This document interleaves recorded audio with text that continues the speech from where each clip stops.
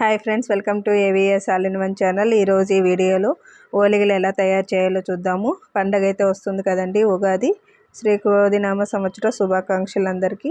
So ఇప్పుడైతే మనము కావాల్సిన ఐటమ్స్ అయితే చూద్దాము. నేనైతే ఒక కుక్కర్ పెట్టుకొని అందులోకి ఒక గ్లాస్ అయితే తీసుకున్నాను కందిపప్పు. ఈ గ్లాస్ అనేది ఇదైతే మాకు ఒక మీడియం సైజు ఒక 10 ఓలిగలు అయితే అవుతాయండి. సో నాకు ఈ గ్లాస్ అయితే కొలత ఎప్పుడు కూడా.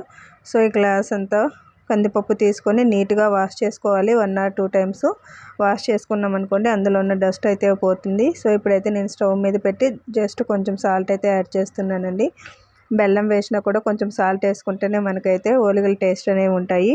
మూత పెట్టుకొని ఇదైతే కొంచెం సేపు ఉడికించుకోవాలండి. యాక్చువల్గా ఈ ప్రాసెస్ అనేది అలవాటు ఉన్న వాళ్ళే చేస్తారు ఎక్కువగా, ఎందుకంటే బెల్లం పాకం పట్టి చేస్తాం కాబట్టి. సో ఇప్పుడైతే నేనైతే కందిపప్పును ఉడకబెట్టుకుంటున్నానండి. కందిపప్పు బాగా దగ్గరగా ఉడికేంత వరకు మనమైతే ఉడకపెట్టుకోవాలి. ఇప్పుడు వాటర్ అనేది కొంచెము మనకైతే మందంగా వస్తాయండి, అంటే కొంచెం బాగా బ్యాళ్ళు ఉడికిపోయినాయి అనేది తిక్కుగా ఉంటుంది వాటర్, అదైతే అర్థము. సో పట్టుకుంటే విరిగిపోవాలండి, అంతవరకు అయితే ఉడకపెట్టుకోవాలి. ఇదైతే నేను అంతా ఉడికిన తర్వాత వాటర్ని అయితే ఉంచుకోవాలండి సపరేట్గా. సో ఇప్పుడైతే అదే గ్లాస్లో నేనైతే కరెక్ట్గా బెల్లం అయితే తీసుకొని కొంచెం వాటర్ పోసుకొని బెల్లం అయితే ఉడకబెట్టుకుంటున్నానండి. ఇలా ఉడకబెట్టుకోవడం వల్ల బెల్లంలో ఉన్న డస్ట్ అంతా పోతుంది. సో చూసారా, బెల్లం అనేది కరెక్ట్గా ఉడికిందండి. కొంచెం ఉంట్లు అయితే ఉన్నాయి, అవి కూడా ఉడికిపోవాలి. సో ఆలోపు మనము ముందుగా పెట్టుకున్న బ్యాళ్ళలో ఉన్న వాటర్ అంతా స్ట్రెయిన్ చేసేయాలి, ఇదైతే సపరేట్గా. సో ఇప్పుడైతే నేను వాటర్ అంతా సపరేట్ అయిన తర్వాత కందిపప్పులో నేనైతే ముందుగా పెట్టుకున్న బెల్లం అయితే పాకం అయితే వేస్తున్నాను. ఇక్కడ పాకం రావాల్సిన అవసరం లేదండి, బెల్లం అంతా బాగా ఉడికిపోతే చాలు. ఇక్కడైతే నేను వడపోసుకుంటున్నాను. ఇలా వడపోసుకోవడం వల్ల బెల్లంలో ఉండే డస్ట్ అంతా పోతుంది. చూసారా, చిన్న చిన్న ముక్కలుగా డస్ట్ అయితే ఉన్నింది. అలానే ఒక 4 ఏలక బుడ్లు అయితే వేస్తున్నాను ఇందులోకి. ఇక్కడే మనము పచ్చి కొబ్బరి కూడా యాడ్ చేసుకోవచ్చండి, నచ్చిన వాళ్ళు, అప్పుడు ఇంకా బాగుంటాయి. సో ఇప్పుడైతే నేను బెల్లం అంతా బాగా ఉడికేలాగైతే పెట్టాను. సేమ్ గ్లాస్తో నేనైతే మైదా అయితే తీసుకున్నానండి. ఈ 3 అనేది కరెక్ట్గా ఉన్నాయనుకోండి, మన క్వాంటిటీ అనేది కూడా బాగా కరెక్ట్గా వస్తుందండి. కొత్తగా నేర్చుకునే వాళ్ళైతే ఇంకొంచెం ఎక్కువగా వేసుకోండి మైదా పిండి. సో ఇప్పుడు ఇందులోకి కొంచెము పసుపు అలానే ఆయిల్ వేసుకోవాలి. ఇలా ఆయిల్ వేసుకొని ముందుగానే మనమైతే మైదా పిండి కలుపుకోవడం వల్ల లాస్ట్లో అనేది ఓలిగలు చేసేటప్పుడు ఎక్కువ ఆయిల్ అనేది తీసుకోదు. సో ఇప్పుడైతే నేను ఆయిల్ అంతా వేసి కొంచెం సాల్ట్ కూడా యాడ్ చేసుకొని ఇప్పుడైతే వాటర్ పోసుకొని బాగా మైదా పిండిని అయితే కలిపి పెట్టుకున్నానండి. ఇప్పుడు ఇక్కడైతే మనము ఒక 2 hours అయినా నానబెట్టాలి, ఫాస్ట్గా కావాలన్నా కూడా. సో ఇప్పుడు చూసారా, బెల్లం అనేది బాగా పాకం వచ్చి పప్పు లేక అనేది బాగా ఉడికిందండి. ఇలా 2 ఒకేసారి కూడా ఉడకబెట్టడం వల్ల మనకైతే పూర్ణం అనేది చాలా టేస్ట్గా ఉంటుంది. ఒకసారి ఇలా కూడా ట్రై చేయండి తెలియని వాళ్ళు. సో ఇప్పుడైతే నేను మిక్సీ జార్లో వేసుకొని బాగా రుబ్బుకున్నానండి మెత్తగా. బ్యాళ్ళు అనేది పలుకులు లేకుండా బాగా స్మూత్గా రుబ్బుకొని అయితే పెట్టుకున్నాను. ఇలా స్మూత్గా రుబ్బుకోవడం వల్ల మనకైతే క్వాంటిటీ అనేది ఎక్కువగా వస్తాయండి. సో ఇప్పుడైతే నేను అంతా రుబ్బుకున్న తర్వాత చిన్న ఉంట్లుగా చేసుకొని పెట్టుకున్నాను. ఇలా ముందుగానే చేసుకున్నామంటే ఓలిగలు చేయడం అనేది చాలా ఫాస్ట్గా అవుతుందండి. ఈ ఓలిగల్ని మేమైతే రాయలసీమలో ఓలిగలనే అంటారు, కొందరు బొబ్బట్లు భక్ష్యాలని కూడా అంటారండి. సో మీ ఊర్లో ఎలా పిలుచుకున్న ప్రాసెస్ అయితే ఇదే. సో ఇప్పుడైతే నేను కొంచెం మైదా పిండి తీసుకొని ముందుగా చపాతీలాగా చేసుకోవాలి. ఇలా చేసుకోవడం వల్ల మనకైతే మైదా అనేది తక్కువ పడుతుంది. సో ఇప్పుడైతే మనం ఆల్రెడీ ముందుగా వంటలు చేసి పెట్టుకున్న పూర్ణం అనేది చుట్టూరా పెట్టుకొని మనమైతే కవర్ చేసామనుకోండి, మైదాతో కరెక్ట్గా మనకు ఒక బాల్ లాగా షేప్ వస్తుంది. ఎక్స్ట్రా మైదా అనేది తీసేయండి. సో ఇలా తీసేయడం వల్ల మనకు ఒబ్బట్టు అనేది చాలా పలుచగా వస్తుంది. ఎక్కువ మైదా అనేది తీసుకోదు, తినడానికి కూడా చాలా బాగుంటుందండి.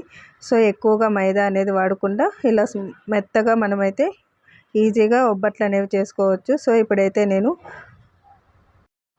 రౌండ్ షేప్ లాగా చేసుకోవాలండి. మనం చపాతీ అనేది ఎలా తిక్కుకుంటామో అలా తిక్కుకున్నామంటే, అలా రౌండ్ షేప్ లాగా చేసుకున్నామంటే మనకైతే పర్ఫెక్ట్ ఓలిగలు అనేవి షేప్ అనేది రెడీ అవుతుంది. మధ్యలో పూర్ణము అలానే అవుట్ సైడ్ పోకుండా మనకైతే ఓలిగలు అనేది కరెక్ట్ షేప్తోనే పర్ఫెక్ట్గా కూడా వస్తాయండి. మధ్య మధ్యలో మీకు ఆయిల్ కావాలన్నా కూడా యాడ్ చేసుకోండి, అలానే ఎక్కువ యాడ్ చేసుకోవద్దండి. సో మనకు ఆయిల్ ఎంత కావాలో అంత మాత్రం వేసుకొని ముందుగా ఒక ప్యాన్ పెట్టుకొని దానిపైన కొంచెం ఆయిల్ వేసుకొని ఆల్రెడీ చేసి పెట్టుకున్న ఒబ్బట్టుని అయితే ఇందులోకి వేసుకోవాలండి. సో ఇక్కడైతే మనకు కొంచెము లైట్గా చుట్టూరా ఆయిల్ అనేది వేసుకున్నామంటే పెనుముక అనేది అంటుకోకుండా మైదా పిండి అనేది స్మూత్గా వస్తుంది. సో ఇప్పుడైతే నేను ఇంకొక ఒబ్బట్టు కూడా రెడీ చేస్తున్నానండి. పెనం పైన ఉన్నది కాలేలోపు ఇంకొక ఒబ్బట్టు అనేది రెడీ చేసుకొని పెట్టుకున్నామంటే మనకైతే నెక్స్ట్ వేయడానికి ఈజీగా ఉంటుంది, అలానే ఫాస్ట్గా కూడా అయిపోతాయండి. సో ఇప్పుడైతే నేను ఇక్కడ ఈజీగా ఒక రౌండ్ షేపుగా ఉన్న ఓలిగలను అయితే రెడీ చేస్తున్నాను. సో ఇప్పుడైతే మనకు ఇంకొక ఒబ్బట్టు కూడా రెడీ అయిపోయిందండి. ఇలా వంట చేసుకొని పెట్టుకున్నామంటే ఫాస్ట్గా కూడా చేసుకోవచ్చండి. ఎక్కువ మంది ఉన్నా కూడా ఈజీగా తొందరగా కూడా చేసేయచ్చు. సో ఇక్కడైతే నేను ఆల్రెడీ ముందుగా పెను పైన వేసిన ఓలిగ అనేది కాలింది కాబట్టి అదైతే నెక్స్ట్ ఒకవైపు తిప్పుకొని కాల్చుకుందాము. సో ఇప్పుడైతే ఇక్కడ సిమ్లో పెట్టుకొని మీడియం సిమ్లో పెట్టుకొని కాల్చుకున్నామంటే అండి మనకైతే ఈవెన్గా కుక్ అవుతుంది, ప్లస్ మైదా అనేది కరెక్ట్గా ఉడుకుతుంది. సో ఇప్పుడైతే నేను ఇంకొకటైతే షేప్ అయితే చేస్తున్నాను. ఇలా రౌండ్ షేప్ చేసుకోవడం వల్ల మనకు తినడానికి చూడడానికి కూడా చాలా బాగుంటుంది. సో ఆల్రెడీ ఒక ఒబ్బట్ట కాగింది కాబట్టి మనమైతే నెక్స్ట్ అనేది ఇంకొకటి వేసుకుందాము. ఇలా ఓలిగలు చేసుకొని ఉగాది పండుగను అందరూ సెలబ్రేట్ చేసుకోవాలని అయితే కోరుకుంటున్నానండి. సో ఇక్కడైతే నేను ఇంకొక ఓలిగ కూడా రెడీ చేసి పెనం పైన అయితే వేసాను. ఇదైతే సపరేట్గా వేసుకోండి. ఎప్పుడు కూడా ఒబ్బట్ట రెడీ అయినప్పుడు ఫోల్డ్ చేసి సైడ్కి పెట్టామనుకోండి ఎక్కువసేపు ఉడుకుగా ఉంటుంది, ప్లస్ చల్లగా కూడా అయిపోదు. 1 బై 1 వేసామనుకోండి మనకైతే ఎక్కువసేపు వేడిగా ఉంటాయి ఒబ్బట్లు అనేవి. సో ఎక్కువ మంది ఉన్నప్పుడు మ్యాక్సిమం ఇలానే ఫాలో అయ్యేవాళ్ళు. మేమైతే ఇంట్లో ఉన్నప్పుడు ఎక్కువ చేసినప్పుడు కూడా ఇలానే చేస్తామండి. సో ఇక్కడైతే నెక్స్ట్ ఒబ్బట్టు కూడా రెడీ అయిపోయింది. సో ఇప్పుడైతే మనకు ఇంకొక ఒబ్బట్టు కూడా సేమ్ అదే షేప్లో చేసుకొని ఇంకొకటి కూడా చేస్తున్నానండి. సో ఇప్పుడైతే మనకు 3 or 4 ఒబ్బట్లు అయితే రెడీ అయిపోయినాయండి. నెక్స్ట్ ఇంకొకటి కూడా చేసుకుంటున్నామండి. యాక్చువల్గా ఇప్పుడైతే ఒక ఒబ్బట్ట కాలింది కాబట్టి దీన్ని కూడా ఇంకొక వైపు తిప్పుకొని అంతా ఈవెన్గా అనేది కాల్చుకున్నాం అనుకోండి ఒబ్బట్లు అయితే రెడీ అయిపోయినాయి. సో ఇప్పుడైతే మనము ఇంకొక ఒబ్బట్టు కూడా కొందరైతే శనగపప్పుతో కూడా చేసుకుంటారండి, అలా కూడా చేసుకోవచ్చు. సో ఇప్పుడైతే నాకు ఈ ఒబ్బట్టు అయితే రెడీ అయిపోయింది. ఇది కూడా అంతే అండి, నీట్గా ఫోల్డ్ చేసి లైట్గా ఆయిల్ వేసుకున్నామంటే ఆల్రెడీ చేసి పెట్టిన ఒబ్బట్టు పైన పెట్టామనుకోండి మనకైతే ఎక్కువసేపు వేడిగా కూడా ఉంటాయండి. సో ఇప్పుడైతే నేను ఇంకొక ఒబ్బట్టు కూడా రెడీ అయిపోయింది. ఇదైతే లాస్ట్ ఓలిగ అండి. ఇది కూడా ఒకసారి అంతా ఈవెన్గా మనమైతే రౌండ్ షేప్లో చేసుకొని నీట్గా పెనం పైన వేసుకొని 2 సైడ్స్ కాల్చుకున్నామంటే ఓలిగలు అయితే రెడీ అయిపోయినాయండి. సో ఫైనల్గా మేమైతే అన్ని ఓలిగలు అయితే చేసేసాము. ఇప్పుడైతే చూసారా అన్ని ఓలిగలు రెడీ అయినాయి. మీరు కూడా ఈ పండగకి ఓలిగలు తయారు చేసుకొని ఎలా వచ్చిందనేది నాకైతే కామెంట్ సెక్షన్లో కామెంట్ చేయండి. అలానే ఉగాది ఎలా జరుపుకున్నారనేది కూడా నాకైతే కామెంట్ సెక్షన్లో చేయండి కామెంటు. సో ఈ వీడియో కనుక నచ్చినట్టయితే లైక్, షేర్ అండ్ సబ్స్క్రైబ్ చేయండి. కొత్తగా చూసేవాళ్ళు మా ఛానల్ సబ్స్క్రైబ్ చేసి మీ ఫ్యామిలీ మెంబర్స్కి అయితే షేర్ చేయండి. Thanks for watching this video.